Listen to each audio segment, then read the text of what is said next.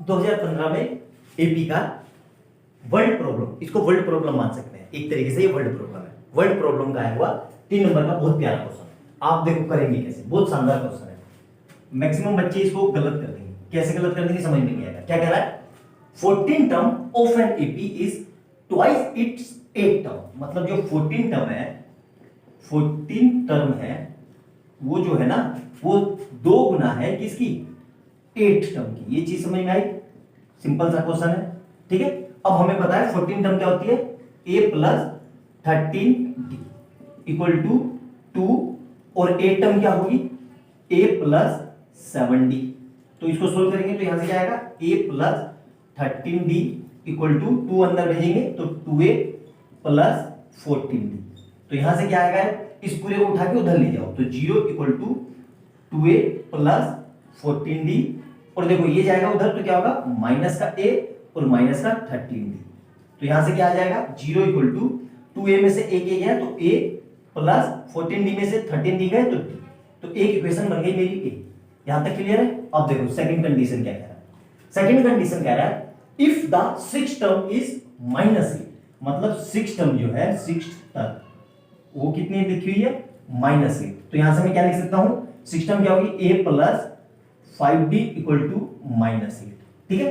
अब ध्यान से देखना, यहां पे क्या आया मेरे पास, a plus d equal to 0। तो यहां से मैं ये लिख सकता हूं a इक्वल टू -d, मतलब a किसके बराबर है, -d के। अब यहां पे रख देंगे a की वैल्यू, -d रख देंगे तो -d plus 5d equal to -8। तो यहां से कितना आएगा, 4d इक्वल टू -8। तो d इक्वल टू -8/4। तो d इक्वल टू कितना आएगा, -2। d आ गया, d कितना है, -2। अब d की वैल्यू वापस से a में पुट करेंगे यहां पे, तो यहां पे क्या आ रहा है देखो, a इक्वल टू -2। तो a इक्वल टू कितना आ जाएगा, +2। मतलब a और d मिल गए हमारे। यहां तक हमें समझ में आ जाना चाहिए कि a और d हमारे मिल चुके हैं।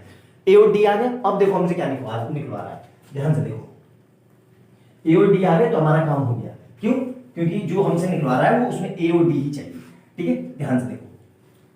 अब हमसे क्या कह रहा है, इस find the sum of its 20th term. तो Sn इक्वल टू क्या होता है, n/2 2a plus n-1 into d, और n की जगह कितना रखना है, 20। तो S20 इक्वल टू 20/2, और यहां से कितना आएगा, 2a प्लस 20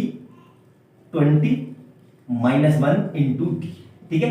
अब a और d की वैल्यू पुट कर दो तो यहां से कितना आ जाएगा, ये इससे कट गया तो कितना आ गया, 10, और यहां से क्या आएगा, 2 इंटू a कितना है, 2 प्लस यहां से कितना बचेगा, 19, और d कितना है, -2। क्लियर है यहां तक। तो बस इतना कर लिया, हो गया आंसर। देखो बस इतना ही करना था और हमारा आंसर आ गया। अब देखो ध्यान से, तो यहां से कितना आएगा, ये चल रहा है मेरा S20, ये क्या है मेरा S20। ठीक है। तो यहां से कितना आ गया, ये 10s ही रहा, इसको देखो 2 2 जा 4, और इधर से कितना आएगा, -38। तो यहां से कितना आ जाएगा, 10 इंटू कितना आएगा, ध्यान से देखो, -34 आ गया। तो यहां से S20 कितना आ गया मेरा, S20 आ गया मेरा 10 माइनस, तो इसका 340। यही हमसे पूछा है और यही हमारा आंसर है। देखो कितना सिंपल सा क्वेश्चन है और 3 नंबर का आया हुआ है। होता क्या है कि वर्ल्ड प्रॉब्लम देखते ही हम घबरा जाते हैं। एक्चुअली हमारी अप्रोच सही नहीं होती कि वर्ल्ड प्रॉब्लम को टैकल कैसे करना है, इसलिए हमारा आंसर गलत आ जाता है। ठीक है, सिंपल सा क्वेश्चन है, नोट डाउन करना अच्छे से, और वीडियो अच्छी लगे तो लाइक एंड सब्सक्राइब कर लेना और बेल आइकन दबा लेना कि जैसे मैं कोई नई वीडियो डालूं उसका नोटिफिकेशन आपको तुरंत मिल जाए। और अगर चैनल पर पहली बार आए हो तो इससे पहले अब तक मैं 45 क्वेश्चन ईपी के डिस्कस कर चुका हूं। चैनल पे जाना, अर्थमेटिकल प्रोग्रेशन नाम से एक फोल्डर मिलेगा, उसको खोलना, उसमें आपको सारे क्वेश्चन लाइन से मिल जाएंगे। बोर्ड के पिछले साल के, मतलब 20 साल में आए हुए one of the best question है, उनको देखना, आपको आइडिया लग जाएगा कि किस तरह के और कितने टफ लेवल पे बोर्ड क्वेश्चन पूछता है या किस लेवल का पूछता है। ठीक है, मिलते हैं अगली वीडियो में बहुत अच्छे क्वेश्चन के साथ। बाय बाय दोस्तों।